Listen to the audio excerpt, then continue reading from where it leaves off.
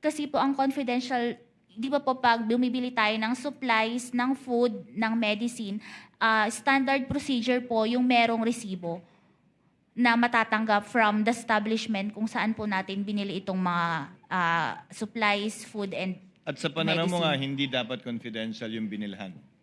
Yung pinagbilhan po, kasi yung sa paggagamitan yung confidential expenses. Okay. You may proceed, counsel. Okay. So, sige, ibahin na lang po natin, no? Gawin nating supplies, no? Halimbawa, pagkain.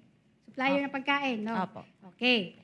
Ano yung pwedeng tanggalin doon? Let's say, the supplier's name. Let's say, ABC Catering. Pwedeng tanggalin? Opo. Okay, tanggalin natin, no? Yung location ho, yung business address po ni ABC Catering. Let's say, ground floor, Multinational Bank Corporation Center, 6805, Ayala Avenue, Makati City. Pwedeng tanggalin? Hindi naman po confidential yung mismong establishment na nagkwan nun eh. Yung, ang pinakadit po dito, pinanggamitan. And doon po sa resibo na yon, hindi naman po siya confidential information. Now, just answer the question, no? So, Ask and answer, hindi Your ho Honor. pwedeng hindi tanggalan yung address ng supplier ng pagkain. Kasi Ask po, and answered, Your Honor. Asked and answered. Not yet, Your Honor. Not Counsel yet. asked and answered because It's she ask said... and answered. So, ang she answer said niyo ho that, doon ay hindi. Counsels, please. She said that when it pertains to the purchase of supplies, food, medicines, chairs, if at all computers,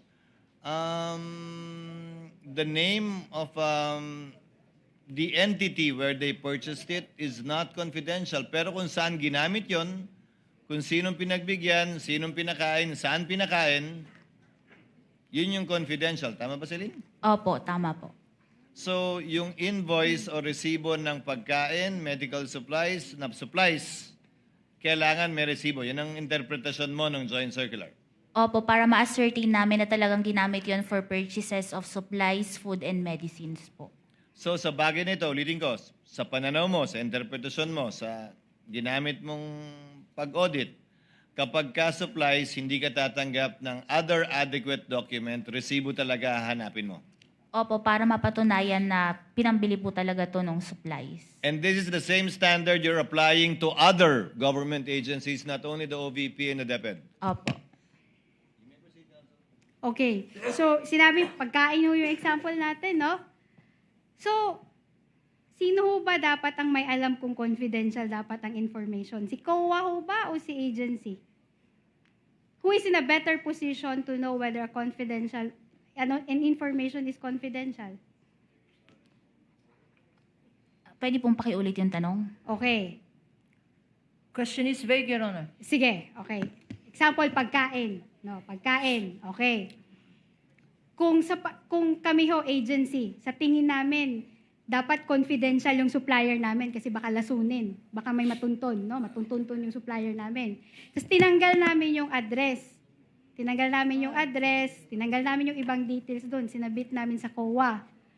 No? Acceptable pa rin ho ba sa COA yon? Hindi naman po confidential yung mismong Sa supplier. inyo ho, pero kung sa... Ask and answered, Your Honor. Okay. Hindi naman confidential yun. Asked and answered, don't argue with the witness, counsel. Okay, yes, Your Honor. So sa tingin nyo, hindi confidential yon, pero maaaring sa agency, confidential ho yun. para sa kanila. Argumentative, Your Honor. Ask and answered. It is not confidential. Move on to the next point, Your counsel. Honor, I'm asking for possibility, Your Honor. There is already ruling from the presiding officer. Move to the next point, counsel. Okay, so in short, kayo ho yung nagde-decide ngayon kung ano ho yung confidential na information at hindi. Kasi sinabi nyo ho, sa tingin nyo, hindi naman siya confidential. Misleading, Your Honor. Hindi ho. Witness may answer. Yes. Yun- Kasi nga po yung pinaggamitan, hindi naman po yung nag-provide. Okay, so okay lang na ma-expose yung supplier sa instance na yon, no? Okay lang na malagay yung Your Honor, address please. ng ABC. Again, this is Ah, already argumentative.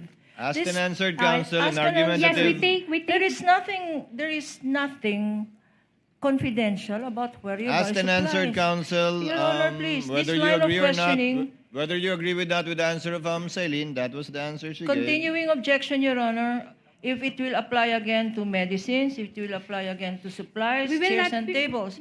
We will have a continuing objection we're not to yet there, this Counsel. line We're not- of questioning, Your Honor. We're not yet there, Counsel. Okay. So you Attorney are Christine, saying... you may proceed. Yes po.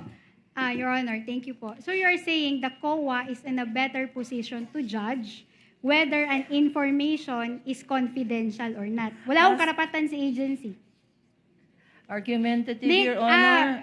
with Excuse me, regard to the food, Your Honor, we are on the example of the supplier of food.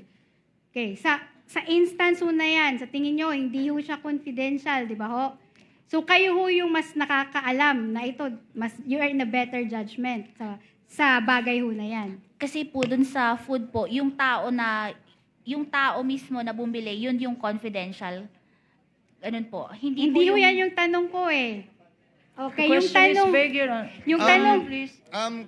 The question is vague. Silene, ang tanong sa iyo ay may karapatan ba yung ahensya magsabi na ito confidential? Kayo lang ba ang may karapatan? Kasi I can actually answer. Tell me if you agree. You review the submissions of the agencies. Correct? Opo. Pag may observation kayo, mag-AUM kayo, and they can say, hindi, confidential to. And then you can agree or disagree, correct? Based on the evaluation po ng magiging response nila. And given the difference in the notice of suspension and notice of disallowance, as pointed out by counsel earlier, na may mga tinanggal na kayo, may mga binawas kayo, di ba? Opo. Kasi napaliwanag nila. Opo. So, minsan sinasabi nila, sa unang tingin mo, hindi confidential to, biglang nagpaliwanag sila, confidential yon, binawas nyo o binabawas nyo. Opo, based po sa evaluation ng response nila, kung na-answer na po nila yung issues raised dun sa AOM or sa Na-answer or napaliwanag nila o nakumbinsi kayo na confidential ito. Therefore, hindi kailangan ng resibo o invoice. Opo. Tama? But Opo. your determination is anyway appealable, if at all, to the Supreme Court, the Commission of the Supreme Court. Pag yung sa COA po, opo, pag may decision, may remedy pa po na umakyat sa Supreme Court. Yes. Okay, counsel, move on. so in short, no, sa sagot mo na yan, ibig sabihin, kayo talaga yung nagde-determine na ito, hindi dapat to confidential. Kasi nga, kagaya nung supplies, medicine, and food. Yun po yung naging basis ninyo ng ND ninyo, di ba po? Your Honor, please, I think this was the question itself of the presiding officer. Already Ask and answered, answer. counsel. Yeah, the Already answer is, answered. we want to put it on record, Your Honor. The answer. Ano Ask yung... and answer, Your Already No. Honor. answered. She agrees, counsel. She agrees. She So, already agrees. okay. So, they will... Okay, I'll move on, Your Honor. Can we move on, Your Honor? Now, Ms. Celine, who determines the safeguard to be implemented in order to secure the success of an agency's confidential operations? Part ba ho yun ng audit ninyo? Na kung ano yung mga hindi dapat dinadivulge or dinadivulge ng agency? Part 2 ba ng ICFA audit yun?